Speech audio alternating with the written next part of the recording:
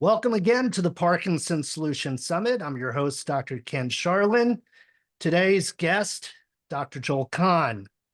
It's been a pleasure to chat with Dr. Kahn. He's a returning interviewee to the Parkinson's Solution Summit. He was such an excellent speaker this last year. I wanted him to come back and inspire everyone some more. So welcome, Dr. Kahn, to the Parkinson's Solution Summit 2.0. Thank you. I'm definitely here and I'll try and inspire. Well, we always, it's like prerequisite. We have to begin with this idea, of course, that the heart and the brain are connected in really many ways. I want to touch on even an esoteric way, and then please, Dr. Kahn, dive in. But a lot of people don't know that in the Movement Disorder Society criteria for the diagnosis of Parkinson's disease, which is largely observational, meaning that folks come in, they see me, and I spend a lot of time with my patients.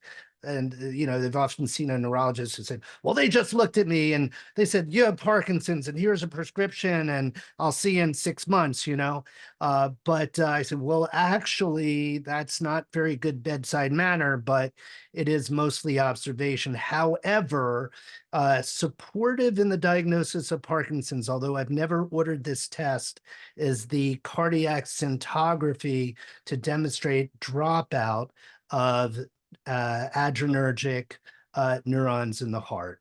Well, that's fascinating. And I can tell you, I don't mean to cut you off. Yeah. I got to go back to 1987. I was a cardiology fellow in Dallas, Texas. We had a big academic program and you had to do a year of research. And I really didn't want to do benchtop research. So I was a nuclear cardiology fellow. And we had it's called an isotope. It's a nuclear agent. It was novel in the world at the time, called MIBG.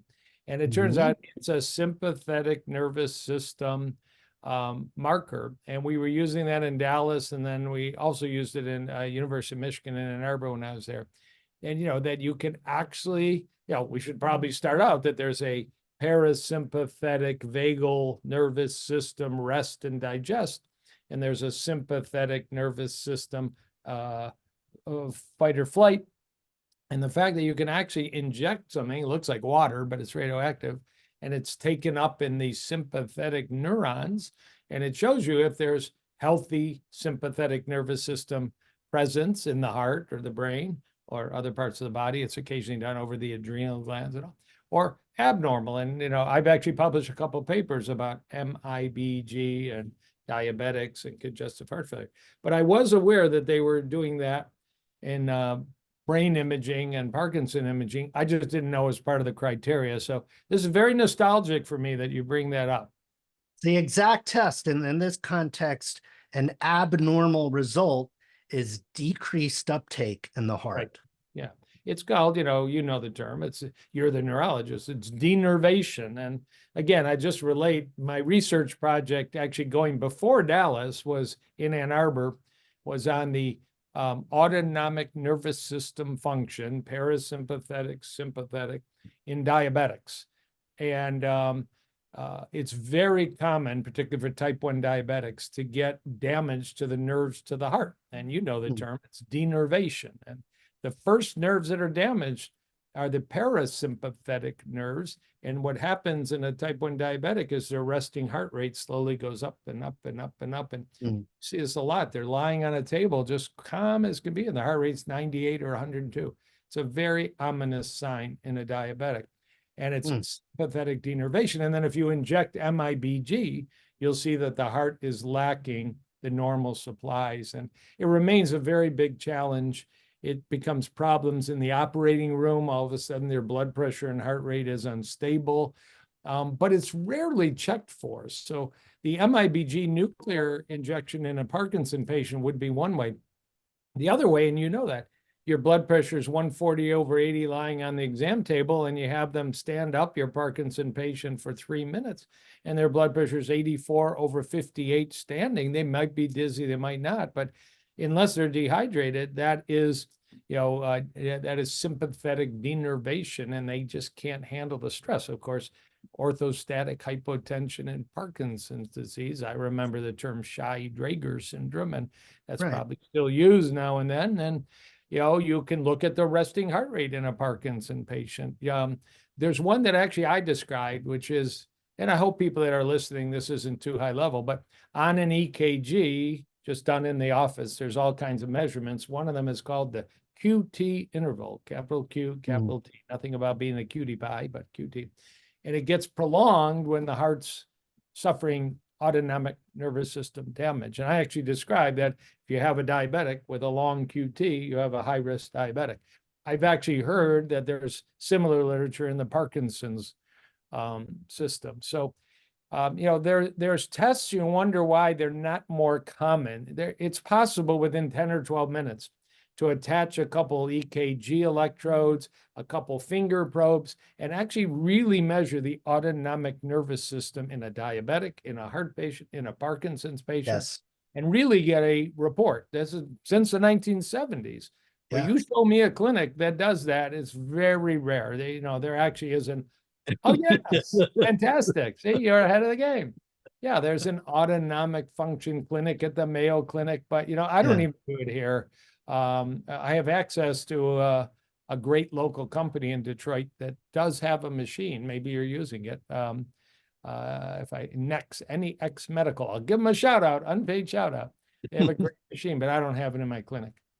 Well, I should say, and I almost wish my wife Valerie was on the interview with us. She is a member of my team here at Charlotte Health and Neurology. She is a health coach, life coach, and she's a certified heart math instructor. Oh, And great. she really gets into the whole heart math biofeedback and has the data analyzed, pulls tons of statistics. And of course, she has noticed, and I want to back up just for a minute, that in general, when we talk about these chronic diseases that affect the heart, cardiovascular disease risks, brain disease risk, Alzheimer's, most of the time, if you analyze what's called heart rate variability, and we can certainly get into that, the problem patient, if you will, has disproportionately high sympathetic nervous system tone, right? They're in Right. fight or flight all the time. And then you hook up one of these Parkinson's folks, and she's like, I don't know what to do with this, because they're like all parasympathetic. Right. And They've right. burned out their sympathetic nerve fibers. That's Yeah. same thing happens in diabetics, happens in advanced liver disease, some alcoholics. So, and you don't wish that on yourself or somebody else. It's not, and there isn't a good, easy solution for it. I mean, heart math is a wonderful training device, but it doesn't restore your sympathetic nervous system. You got to take somebody and shake them and get them going. Now, there's nothing you can really do about it. Stay well hydrated, avoid standing up and falling and breaking your hip, of course, would be a good plan. We put him in a cold plunge. Wow. Wow. And that, I mean, in short-term cold plunge, of course, it's going to activate your sympathetic nervous system. Is there any yeah. persistence to that? Yeah, they do. Now, we don't do that right in the office. We get Yeah. people, of course, to do that at home. Yeah. But many people notice that when they do their cold plunge, and there are many ways to do Yeah. that. You can do in the shower, the bathtub, whatever. But of course, it also stimulates a dopamine release. And so for several hours after their cold plunge, their energy is better, their focus is better, their Wow. movement is better. So Wow. it's a simple, inexpensive tool. Just turn on your cold tap. It's not fun, but you There's a learn how lot to of do it. biohacks I like, but cold plunges are not a biohack I've yet accommodated into my life. Give me a sauna. Give me an infrared sauna. I'm a happy guy, but cold plunge, I laugh at the people on social media, but I know they're doing something, potentially healthy and good. Yeah. Good. Well, shall we dial it back a little bit and really kind of talk about cardiovascular disease and the Sure. things that put folks at risk and what metabolic syndrome is and all that stuff? Yeah, well, and let's keep it simple and, relevant. I'm aware of data, I take care, there's people in my practice with Parkinson's disease. There is data that there is a higher risk of cardiovascular disease in a Parkinson patient, higher risk of heart attack, higher risk of stroke, higher risk of needing a stent or a bypass, or even dying of heart disease It tends to be a somewhat elderly population, not exclusively. It tends to be a male-oriented population, not exclusively. There's a increased rate of diabetes in Parkinson patients, so you obviously may develop cardiovascular disease earlier. The only thing that doesn't fit, because people have written papers about the common risk factors of heart disease and Parkinson's, is you're probably aware there's some data that smoking, nobody recommends smoking, but cigarette smoking may be slightly protective against Parkinson's. Maybe the nicotine wear is obviously not protective for heart disease. So that's where they dissociate. So in my opinion, I'm easy. Everybody needs heart screening. We do cancer screening. It's crazy. And some people get diabetic screening, with blood work. We don't screen for heart disease. And I would take just about any Parkinson patient as early as possible. If they're having these problems with blood, well, number one, I do an electrocardiogram looking for the heart rate and this QT interval. That's a simple office test. I would certainly want all the important blood work, but I'd want it on you and me and everybody else too. All the standard numbers: kidney, liver, cholesterol, inflammation, diabetic, panels. But maybe your homocysteine level of blood test that isn't routine, your lipoprotein little a cholesterol genetic number that everybody now, it's recommended by all the cardiology societies. Everybody should once in their life at least get a lipoprotein A. It's a whole mouthful, but Excellent. topic that in my clinic in Detroit, it's probably the number 1, 2, or 3 biggest reason people come to see me here in Detroit is their high lipoprotein A level. I've had a lot of experience dealing with it. It can clog your arteries, clog your heart valve. It, can clog your cerebral vessels, so you develop, vascular dementia, which is obviously no fun. Everybody should have that extensive lab work. Now, there are some companies out there I'm not affiliated with. My patients come to me. I spent $400 online and I got 85 blood tests. They're just this gigantic shotgun that's out there now, self-pay. And they include all the things I mentioned and many more, inflammation and hormones. It's kind of a good thing. Sometimes it's ridiculous, but I had a patient today that had a very high ANA level, kind of, consistent with an autoimmune condition. It didn't fit at all, and I wouldn't have ordered the test, but it's on one of these pre-made panels. And then my real thing I would do for a Parkinson patient, but I would do it for you and me, is there's a test that is, we get a mammogram, we get a colonoscopy, we get a prostate exam. Where's the heart exam? Well, the heart exam equivalent is called a heart calcium CT scan. Every hospital, with the exception of a 20-bed small, rural hospital, every hospital for about $100 will offer a test where you're on a stretcher, you go in a CT scanner, CAT scanner, no IV, no injection, no allergy, no claustrophobia, no pain. You hold your breath, they take a picture, and you go home, and a report comes back. And I just emailed 2 patients in the last 20 minutes. Your calcium score at age 70 was 0. That means incredibly clean arteries at age 70. The other gentleman was 62, the husband and wife.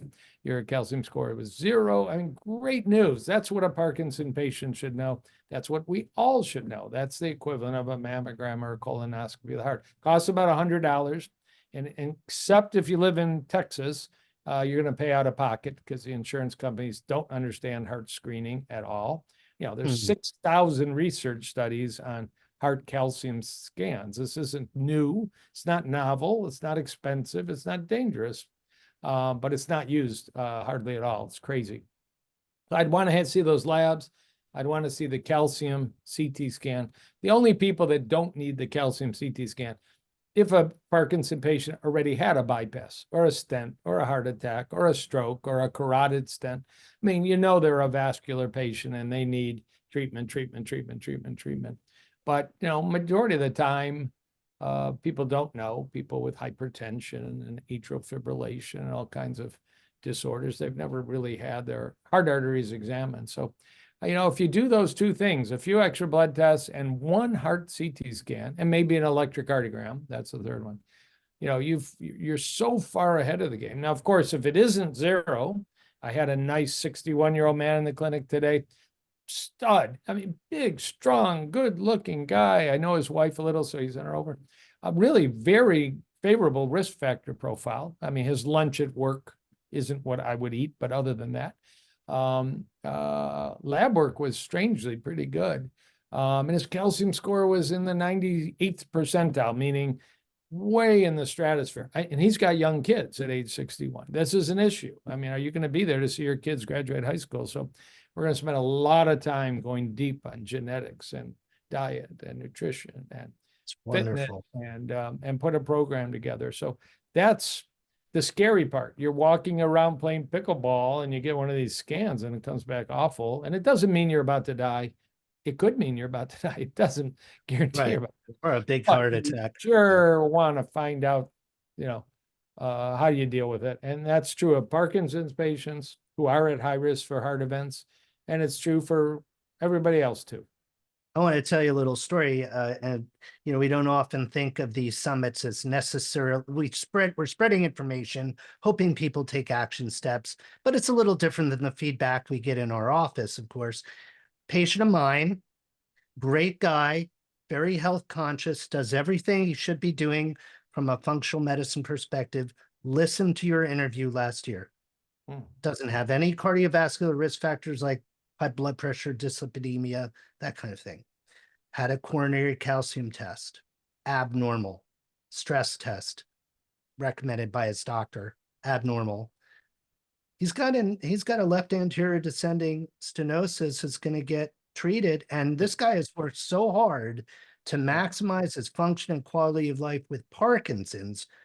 How tragic would that be to turn around and die of a heart attack? Yeah, it would be tragic. And what still isn't mentioned a lot in the cardiology world, this is not to discourage people that are working hard on their diet and their sleep and their fitness and their stress, but genetics are growing in importance in cardiology and the ability to measure genetics. And the number has gone around. There still are some really, really competent experts in the field that say less than 10% of heart attack, strokes, bypass is due to genetics. Majority is lifestyle, your diet and your stress and your sleep and your blood pressure. Blood pressure is a huge number. You should always own a home blood pressure cuff and use it regularly and use it properly. But others will, I just finished reading a really interesting book, The Genome Odyssey, I think was the name, by a Stanford cardiologist. And he estimates that 45% of cardiovascular diseases on a genetic basis, because he's actually sequencing the whole genome of patients. So if you check, you find stuff. And in my clinic, we don't do the whole genome.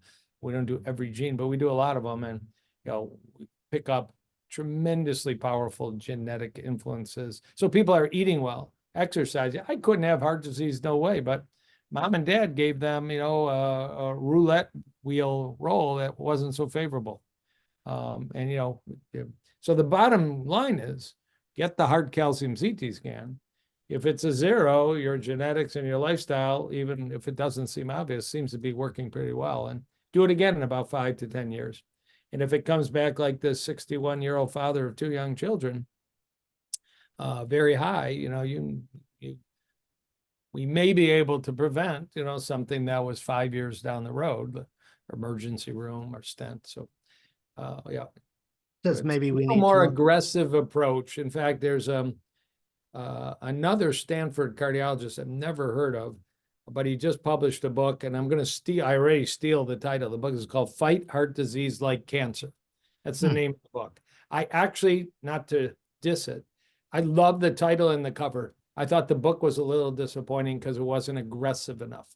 Maybe you should think about a heart CT.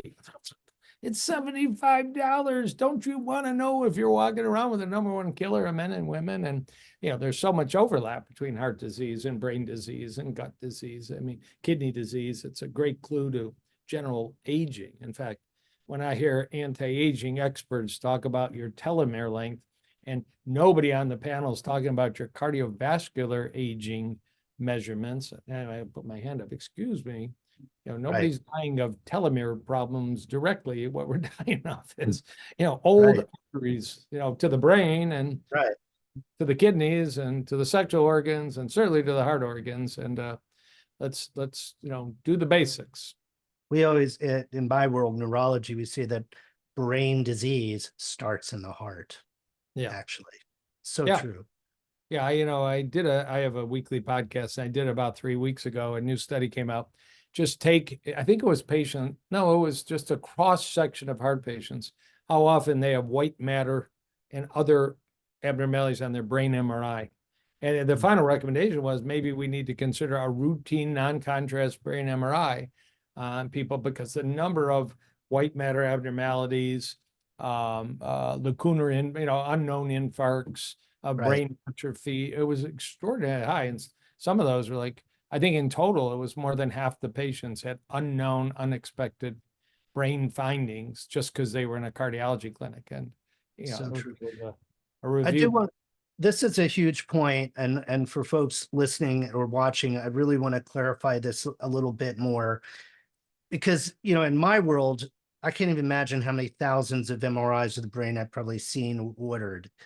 And going back to even before I was a functional medicine doctor, regenerative medicine doctor, if we look, we get a report back from the radiologist. Sure, we can look at the MRIs, but the radiologist tells the narrative. And there's sort of what we call a spiel, it's what they say over and over again when they make the report. And they'll say non-specific white matter changes, leukoariosis, chronic small vessel disease, generally, related, age related. And it's sort of, it's there, it's mentioned, but it's handled in this almost nonchalant kind of way. And yet, to your point, studies have shown very clearly that the qualitative, we don't even have to, if you and I had a stack of 100 scans and say, okay, Joel, would you consider this mild, moderate, severe? And we can divide them into piles. And those with the more moderate to severe changes, that microvascular disease, are far greater risk for stroke, dementia, Alzheimer's, early death, on and on and on. It's Right. a critical narrative that should not be dismissed. I couldn't agree more. And, in cardiology, we're having a little renaissance on quantification. Traditionally, we look at a heart catheterization that looks about 50% blocked. We looked at a CT of the arteries that looks about 25% blocked. We're getting AI to come in and make, independent measurements without subjective assessment. And I find it amazing, radical, and even hopeful that we Yes. can really be precise. I mean, you want to be precise on brain measurements. You want to be precise on heart measurements.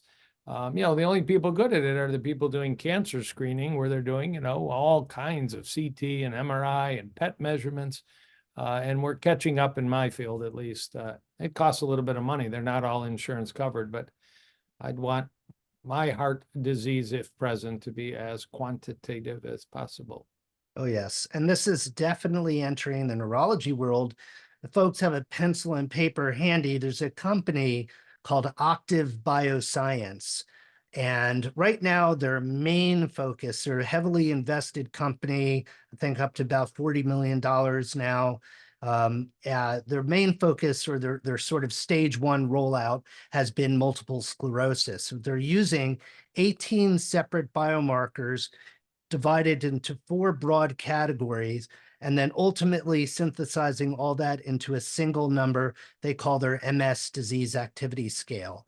But Michael J. Fox Foundation just invested $10 million into this company. And again, this is where what I call conventional medicine really starts to overlap, or let me just say catch up with us guys, right? Because we've been talking about this sort of thing for a long time. But there has been in the last year or so a publication looking at staging and Parkinson's. And then as we combine that staging with biomarker data, which they are developing, they will have a test that actually leads to then decision making, because ultimately you get all the tests in the world, as you know, but you have to make a decision based on those tests. You have to make a habit change. You have to do something with the information that you get. And I think this is going to be incredibly valuable. We're one of 90 clinics in the country that includes Beth Israel Hospital, Department of Neurology. It's a Harvard Mass General Hospital, for those who don't know, has adopted the Octave Bioscience MS disease activity test. And they have a component of that where they're using Cortec Labs, NeuroQuant, the quantitative 3D volumetric analysis of the brain. They are that is already proprietary, but Octave is taking that and they're tweaking it and they're utilizing that, in their scoring system and so forth. So taking that data to a whole other level. And then we're going to see this soon, hopefully, with Parkinson's disease as well. So just kind of keep it on your radar. It's a Okay. fascinating company. Octave Bioscience, yeah. And I read, a lot of people read, there was a book that Tony Robbins and others wrote a few years ago called Life Force.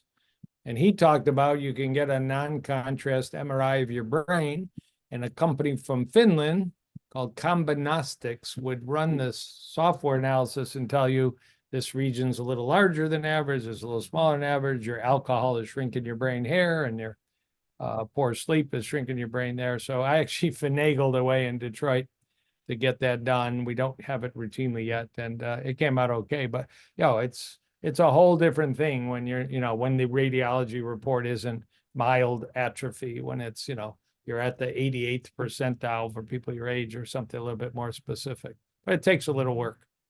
This is precision medicine, folks, and this is really the medicine of the 21st, sorry, 21st century, as we move into this new approach to healthcare. Really brings people value. I want to, in light of that, I want to ask you about something I know you're a real expert on, and I'm often asked, and it really gets into how we take an older perspective and tweak it into this new precision medicine perspective, and that is about cholesterol. Cholesterol is a big issue for the heart. Cholesterol is a big issue for the brain, but is it really about what your total cholesterol is, or maybe there's more to that story?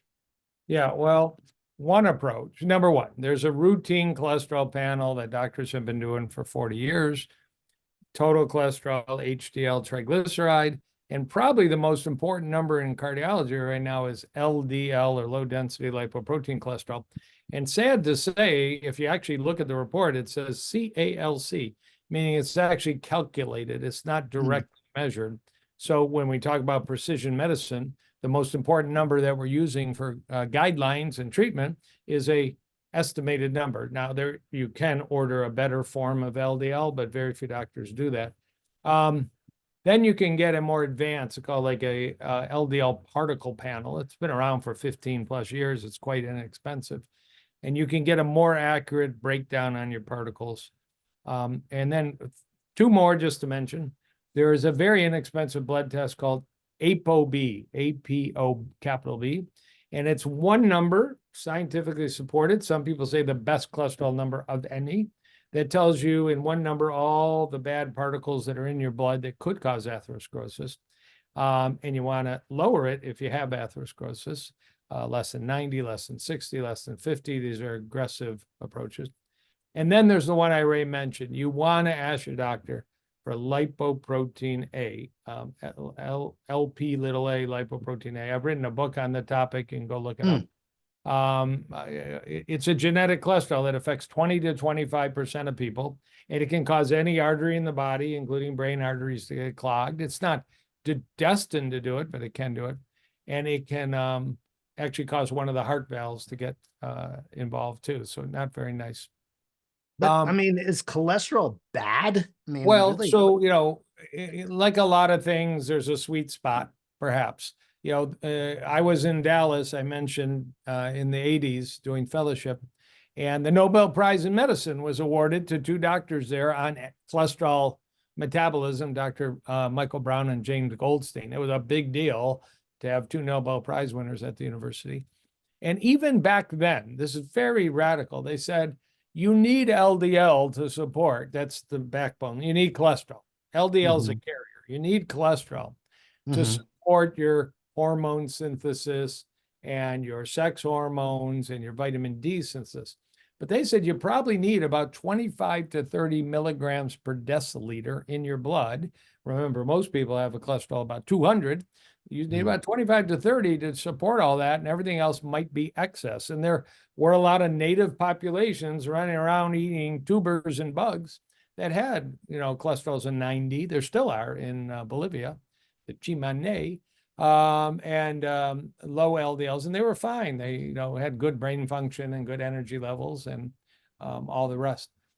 But it was proposed, just to answer your question real quickly. So is all cholesterol is not bad, but in some people it kills. There's no doubt. There's a genetic disorder. Again, we studied it very specifically in Dallas when I was there, where you inherit two genes from your parents, familial hyperlipidemia, homozygous, and your cholesterol is 1,000, and you're having bypass surgery when you're 11 years old. Yes, there are 11-year-olds that get bypassed and stents Oh my because they've had a gosh. heart attack, and we find out that they have been walking around since birth with a cholesterol of 900 or 700 or 1,400.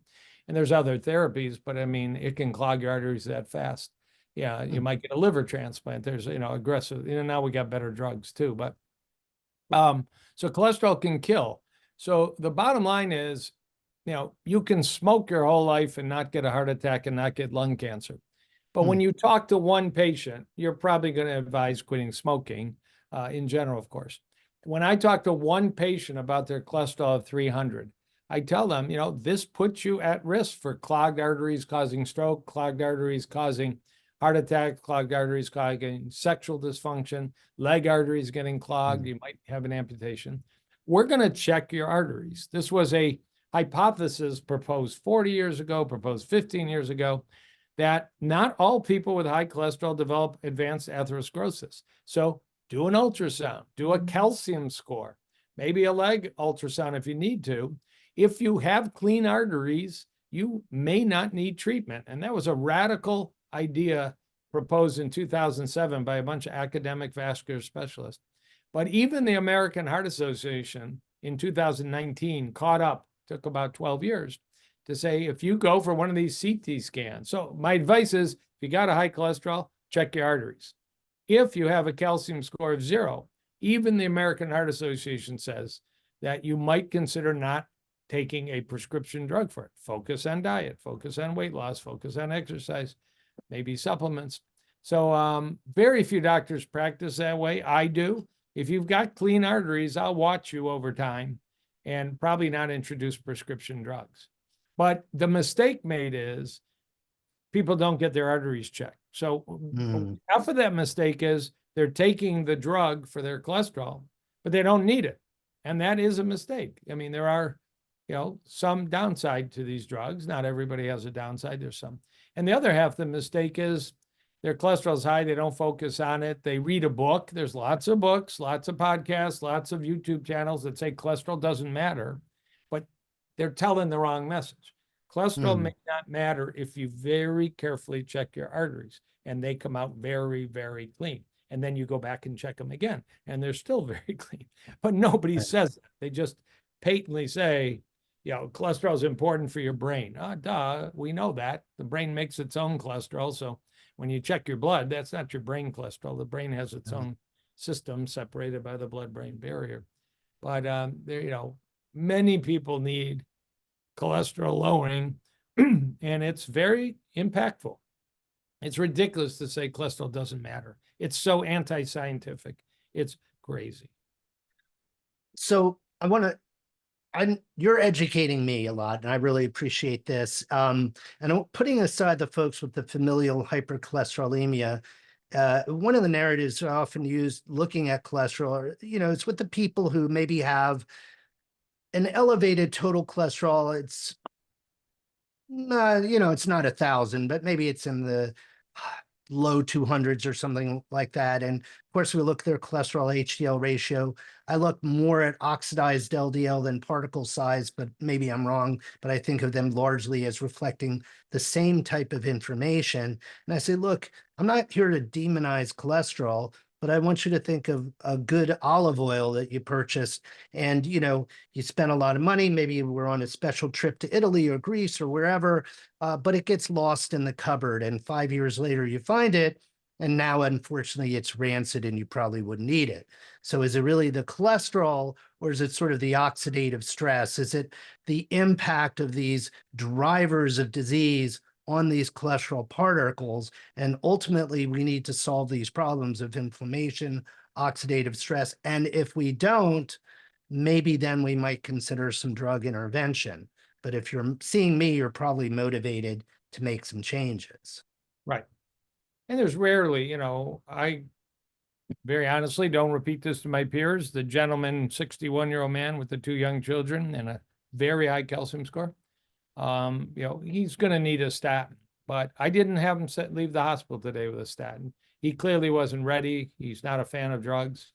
There's a lot to do with his diet. There's a lot to do with further testing, and we'll get him there. And he does. He needs to go from a cholesterol of 200 to a cholesterol about 120. That's total cholesterol, and the rest. But there's rarely an emergency to get on, the prescription drugs. People deserve a chance, and some will startle you, and they'll make.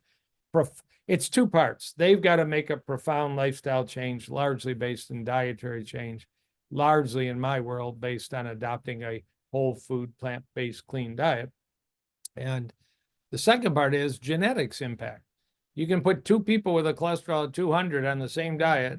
8 weeks later, one has a cholesterol of 120 and one has a cholesterol of 190. And you say, how did that happen? I mean, that happens with husbands and wives all the time. We went on the same diet and he's got a cholesterol of 120 and mine barely budge, because there's major genetic input into how much cholesterol you make, how much cholesterol you absorb, and all the rest. Are there any supplements that help? Many, many, many. Probably the most potent one is, but it's a little controversial, is red yeast rice. It's a tablet. It's been used in traditional Chinese medicine for 800 years. It can lower cholesterol 30 or 40%, which is a lot. And there's a lot of peer-reviewed data. The Chinese have published papers with 5,000 people randomized to placebo or red yeast rice. So I like science, and there is science. But you can get achy. It's a vitamin that's a bit statin-like. And then there's bergamot, which is a citrus from Italy, and there's berberine, which is an herb from India, and there's amla, and there's many, many others. Ground flaxseed. Put 2 tablespoons a day of ground flaxseed in your oatmeal and eat your oatmeal, and you'll lower your cholesterol. There's a diet researched at the University of Toronto called the portfolio diet. If anybody's struggling with their cholesterol and doesn't want to go on a pill, look up the portfolio diet, follow the diet, and recheck your cholesterol 8 weeks later. At the University of Toronto, it drops cholesterol on average about 25%, which may not be enough, but it's a nice little start. And it's not a completely vegan pathway, because not everybody is willing to go that route, even though I'd strongly urge them to consider that. I'm a 47-year full vegan, so I don't make apologies for eating my lentils and my arugula. Whole food, plant-based, like you said. I want to say something a little, maybe controversial, maybe not. I'd be interested in hearing if this has been your observation as well. But for many, many years, especially in the sort of the blogosphere and the areas where people are going online and getting advice, and there's been such an interest in things like coconut oil, MCT oil, ketogenic diets that very heavily emphasize these saturated fats.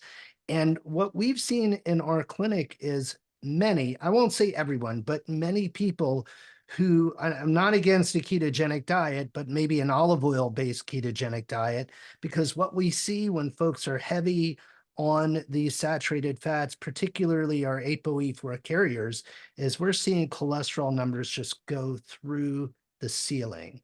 And I think it's a real problem that unfortunately, I don't want to include everyone, we're not all one person, we're not all one group, but in the holistic circles, the alternative medicine circles, it's, you're going to fix your Alzheimer's by taking scoops of raw coconut oil. And I think you're going to probably kill yourself in the long run doing that, but that's just me. So I just want, it's a big problem. Yeah. Well, I think we've covered a lot of good ground here, Doc. And if it's okay with you, I have a clinic scheduled to get back to, but I have enjoyed the conversation. 100%, Dr. Kahn. I appreciate it so much too. Very, very quickly, if folks want to connect with you or reach out to you, how do they do that? Yeah, pretty easy. I am in Southeastern Michigan clinic, but I'm also licensed in 20 states. So a lot of patients all over telemedicine. Dr. Joel Kahn, Dr. JOELKAHN.com. And you can find my podcast and my clinic and blogs and yeah, some videos, all kinds of fun stuff. Well, thank you so much. We want you to know, folks who are watching this interview and similar interviews, that doctors like Dr. Kahn, myself here, we are seeing patients in the clinic every single day. So the information that we're sharing with you is our personal experience with patients, our knowledge, our education, and we're very proud to bring to you this information at Parkinson's Solutions Summit. So thank you so much. I look forward to reconnecting with you soon. Keep up the good work.